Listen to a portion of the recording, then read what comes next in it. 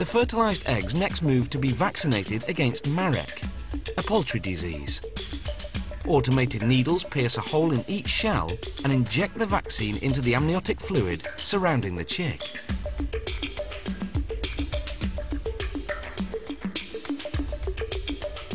Now a suction device transfers the eggs to hatching trays, 168 eggs per tray.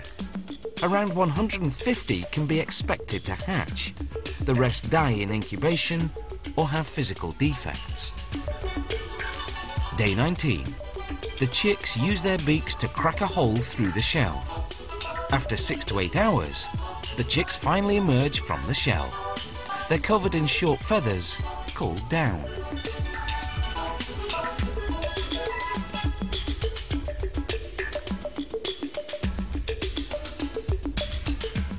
After about 4 hours, their down has dried. Now workers move the chicks to what's called the separator, a machine that separates the birds from the shell halves. The shells are larger than the chicks, so they stay on top while the chicks fall down to a conveyor belt below.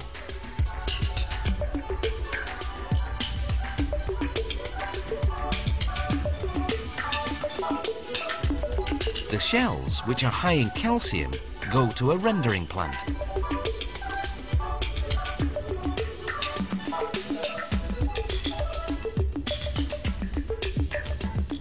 The chicks move on to be classified according to gender.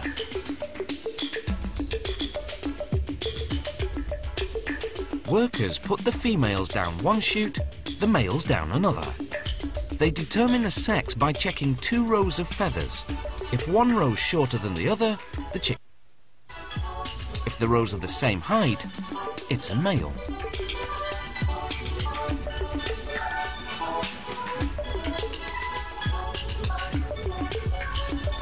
Each chute feeds a separate conveyor belt.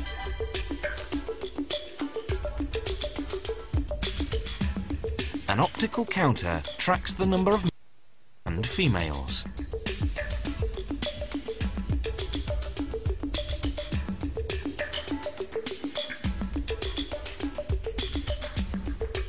The chicks now fall into specially designed transportation boxes, 102 chicks per box.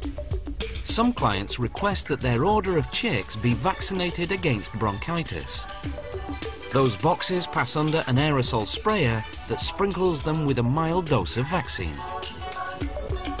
Poultry farms raise chicks for either meat or eggs.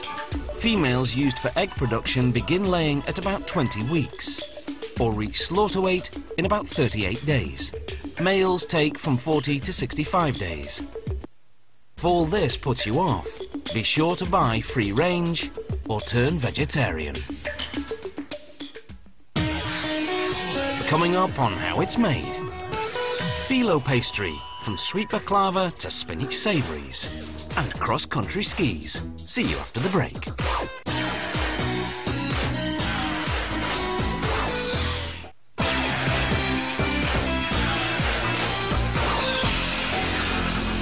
Welcome back to How It's Made. Later we look at cross-country skis. But first, if you like Greek food, then you've probably tasted baklava.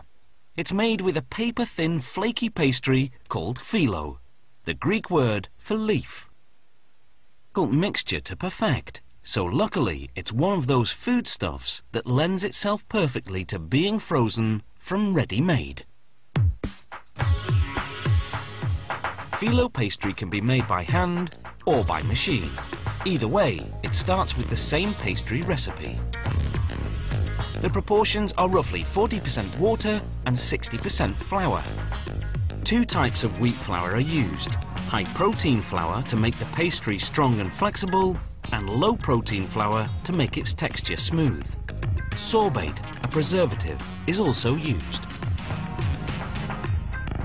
After about 15 minutes of mixing, a section is cut off and fed into a machine called the divider, which transforms it into a cylindrical wad.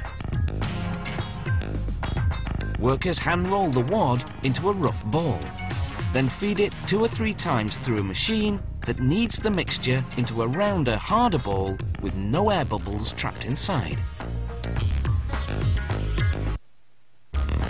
Then a machine called the sheeter flattens the ball into what looks like pizza dough.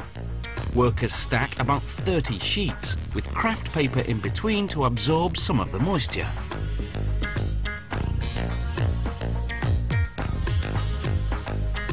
Next is the key step called opening the pastry. First, a large cotton cloth is laid over the work surface. It must be 100% cotton to absorb the moisture, otherwise the mixture would stick together. They take a sheet of dough and begin stretching it by hand until it's approximately 2.5 meters square. Even though the pastry is stretched thin, it doesn't tear. This is partly due to its protein content and partly the skill of the worker.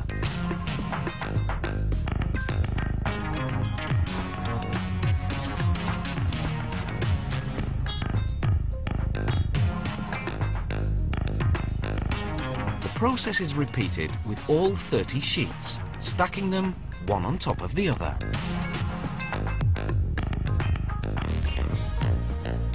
Then they take a plank of wood, called a sanida in Greek, and roll the pastry sheets onto it, one by one, removing the cloths from in between.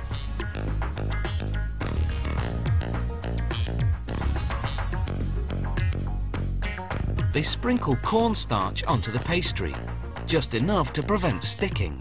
However, too much cornstarch would burn the pastry.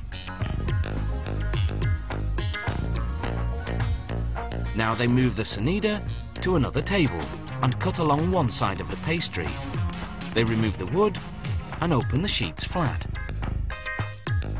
Then they cut rectangles measuring 33 by 43 centimeters, standard phyllo size.